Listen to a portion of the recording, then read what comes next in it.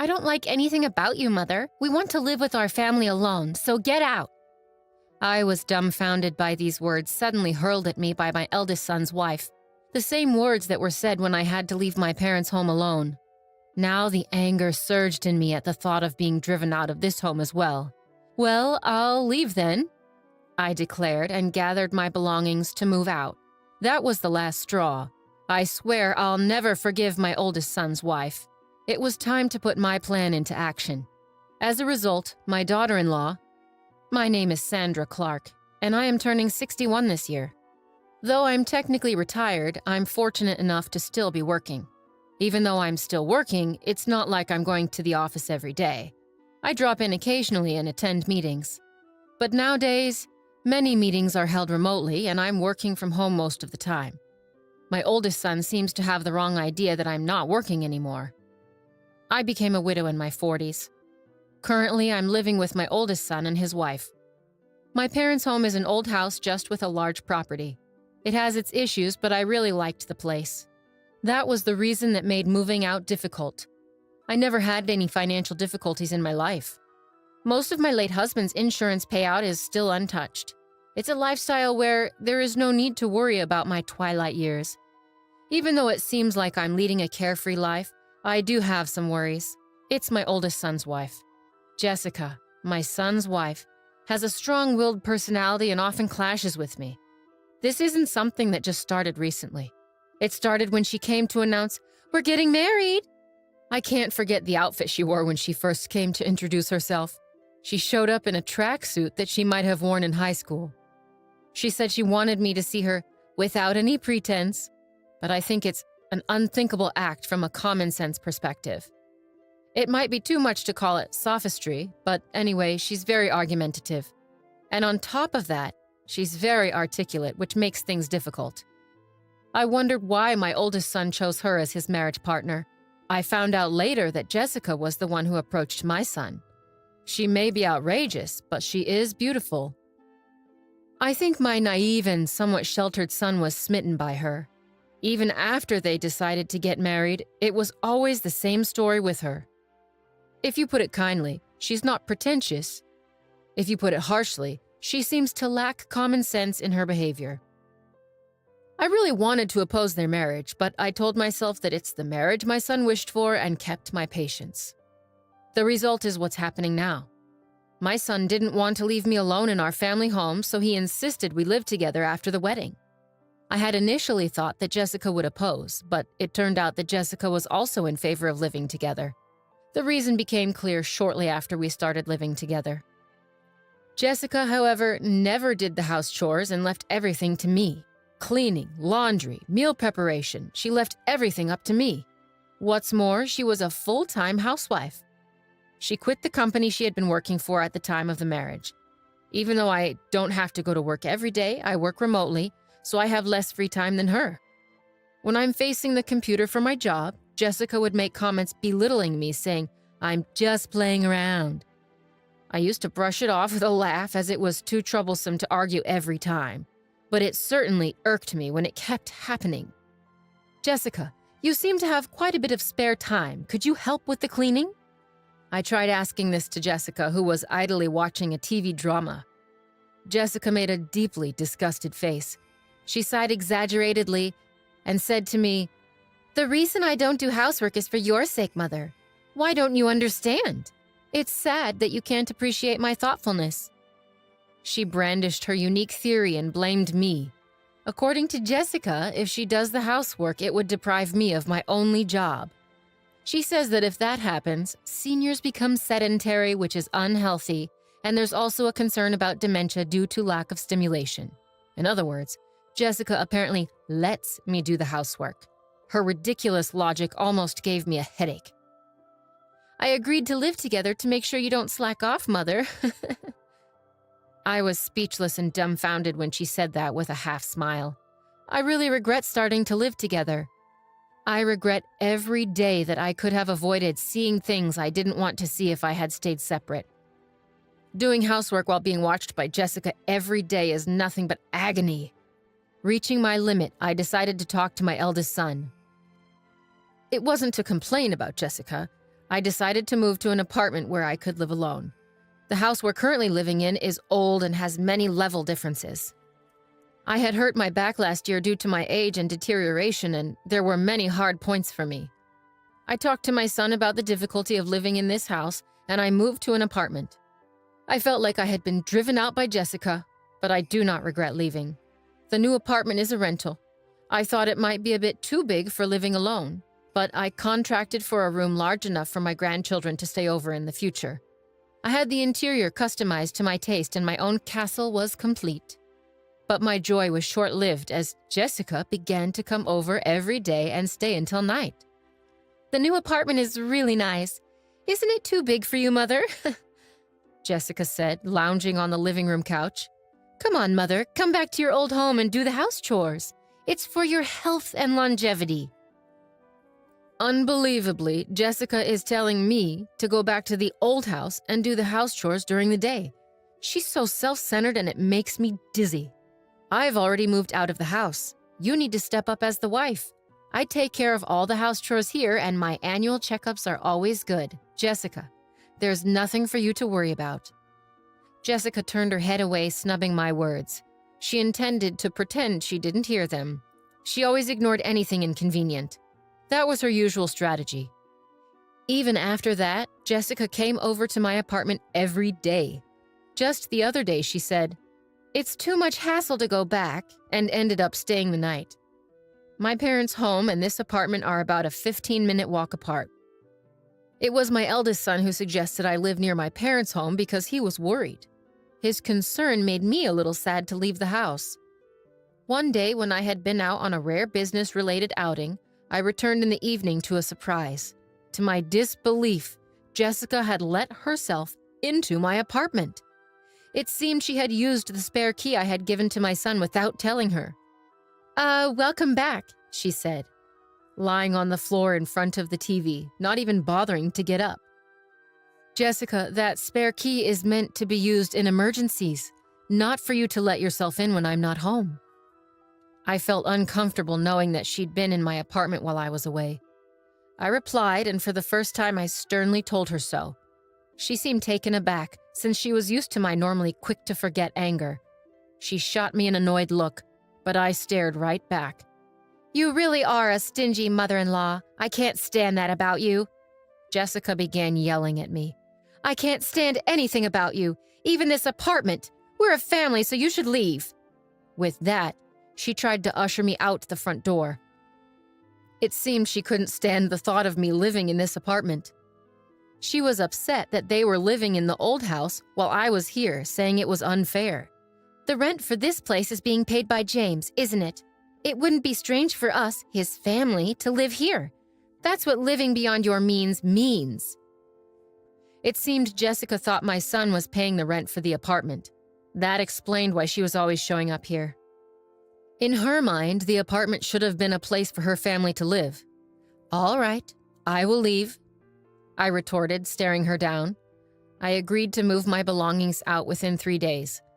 Jessica seemed skeptical, demanding I call a moving company in front of her. I immediately called a moving service from my smartphone and scheduled them to come in 2 days. As she left, satisfied, I watched her retreating figure and started formulating a plan. I moved out as promised. My new home was an apartment specifically for seniors. I decided to try it out for 2 weeks. I handed over the keys and lease documents to Jessica, asking for a change in the contract through the real estate agent to the landlord. As I've known the landlord for a long time, they were flexible and accommodating, which was a relief. My eldest son was furious with Jessica for kicking me out. He seems to be contemplating divorce, but Jessica doesn't seem to care. On the contrary, she appears to have started living alone in my apartment, declaring, "Well, then let's live separately." I can only marvel at how brazen she is. However, in 5 days, Jessica will come to know the truth. While I was working remotely, my phone began ringing repeatedly. The caller was Jessica. I had been anticipating this, so I had a recorder ready to record the conversation. I pressed the record button on the recorder and then answered the call. "Excuse me, Mother. What's the deal with the rent for this apartment? Why do I have to pay it? This isn't right." As soon as I picked up the phone, Jessica started ranting. I could tell that she was flustered. Oh, but Jessica, aren't you the current leaseholder? It's only right that you should pay. Is there a problem? I deliberately spoke in a calm and leisurely tone to irritate Jessica. The flustered Jessica seemed to become even more agitated. But didn't James used to pay the rent here? We're not even divorced yet, so shouldn't James pay it? When Jessica told my eldest son about the rent issue, he told her that I knew the truth and that she should call me. In reality, there was never a time when my eldest son paid the rent. In fact, I had been financially assisting him. After retiring from my job, I stayed on at the company as a consultant. In addition to that, I have been working as an advisor in the industry, providing advice when requested and earning a decent salary. With my proven track record, I earned far more than my eldest son. I had been secretly helping my son as he was struggling due to Jessica's extravagant spending habits. So, it's a misunderstanding on your part, Jessica. Originally, I was the one paying the rent for that place. I didn't make James pay a dime. Jessica, who had been hoping to enjoy living separately in the new apartment, seemed shocked and taken aback. Jessica only said what she wanted to say before hanging up the phone. I immediately contacted my eldest son and let him listen to the recorded conversation. I've been putting up with it for a while too, but I'm at my limit. You feel the same, right? I'm aware that my son is worn out from repaying the debts that Jessica has accumulated. No matter how grown up my son may be, as a parent, I can't help but lend a hand. Even if people say I'm too soft, I believe it's natural as a parent. My son replied in a small voice, I'll divorce her. I'm tired too. Well, follow my instructions then. I told my son my plan and gave him instructions. I first asked him to take paid leave for about 3 days from today. I directed him to discreetly move out his important belongings without letting Jessica know. We don't want her noticing any large trucks, as she might be hanging around nearby. I had told him to gradually move things out during the night. The location where the important belongings were moved was somewhere Jessica was unaware of. It was a single-family home that I had searched for as a final dwelling. In this way, the plan progressed secretly. Then 3 days later, there was another call from Jessica. She was much more flustered than the other day. What? What are you so flustered about? Just like the other day, I dealt with her in a deliberately relaxed tone. Jessica was overly anxious, almost in a state of panic. Mother, our house is up for sale and I got a call from my parents saying that my belongings have arrived at their house. What does that mean? Apparently, my eldest son had moved according to my instructions. He had sent Jessica's belongings to her parents' house and put up the house she lived in for sale, leaving it empty. The landlord told me that if I can't pay the rent, I should leave. I thought I should consult with James, and when I got home, there were chains and a padlock on the gate, and I couldn't get in. There's even a for sale sign up. Jessica was almost hysterical. She must have been surprised when she got home. I have already formally entered into a sales contract with the realtor. We can't get into that house anymore. Jessica, there are a few things I want to correct. I started off like that. Now is the time to vent all my built-up stress. Firstly, I'm no longer your mother-in-law, right? Yesterday, James should have filed for divorce. You signed it, didn't you? You and I are strangers now. Yesterday, my eldest son had submitted the divorce papers to the city office. It seems that the divorce papers were signed by Jessica a long time ago. Threatening to divorce if he didn't do as she said was apparently a habit of hers. My eldest son thought that one day Jessica would rehabilitate. She was the person he had loved enough to marry. When threatened with divorce, he had no choice but to give in, as he once told me. But it seems my eldest son has woken up. He signed his name on the divorce papers that were always used as a threat and submitted them. The divorce papers have been formally accepted. You always said to James that you could divorce any time. Aren't you satisfied now that things have gone your way, Jessica?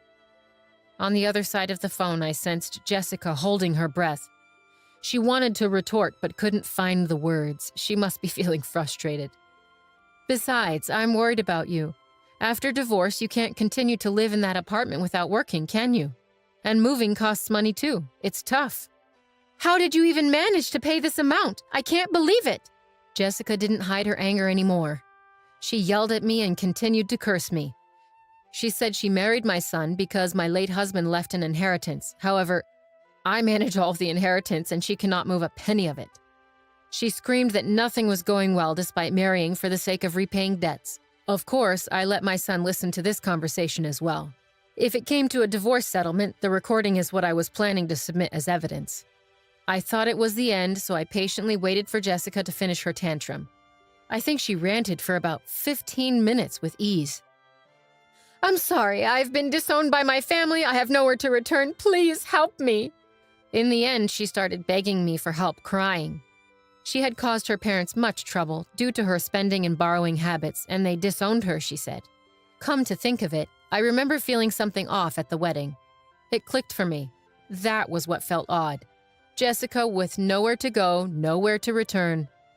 I felt a bit sorry for her, but I decided to view it as a consequence of her actions. Apologizing now won't do much. We're strangers now. There's nothing more to discuss. Good luck with your life from here on. I ended the call with Jessica after saying that. I felt a sense of relief. After our call, Jessica apparently caused a ruckus at my eldest son's workplace. My son told me the situation escalated to the point of calling the police when he got home from work. Jessica, who had been squatting at the apartment without paying rent, had her keys changed by the landlord while she was out. Apparently, she can't even get into her apartment now. She probably tried to reach out to me or my son, but we had canceled our cell phones and switched to new ones. We changed our numbers, too. I can only imagine the despair she felt upon finding she can't get through, no matter how many times she tries. We didn't tell her our new address either, so she can't contact us. After causing a scene at my son's company, she was issued a restraining order. With no other options, she seemed to have turned to her disowned family. When she returned home, she was met with a shocking scene. The luggage I had sent to her family home was left out in the rain in the backyard. She reportedly wasn't even allowed to step foot inside the house. The rent she had not paid for the apartment had been billed to her parents, probably adding fuel to their anger. I heard rumors that she is currently staying in an apartment rented by an organization that supports homeless people. Without the ability to spend as before, she seemed stressed. When I passed her on the street, I was stunned at how much her hair had turned white and how dry her skin looked. She had changed so much, I hardly recognized her at first. It made me realize just how much a change in living conditions can affect a person. I started a new life in the house I purchased with my late husband's inheritance. I bought a duplex so my son could remarry anytime he wanted. For now, my son joins me for dinner, but otherwise he takes care of his own things. I've come to think that this is just the right amount of distance. The money from the sale of my parents' home is saved for future needs. I plan to use it for my son and his future wife when they marry. Of course, I also need to keep some for any future grandchildren. I'm thinking of setting up the English garden I've always wanted in my new home. On days when I don't work, I go out into the garden and take care of the young trees and herbs. This new life filled with hope has become my daily routine.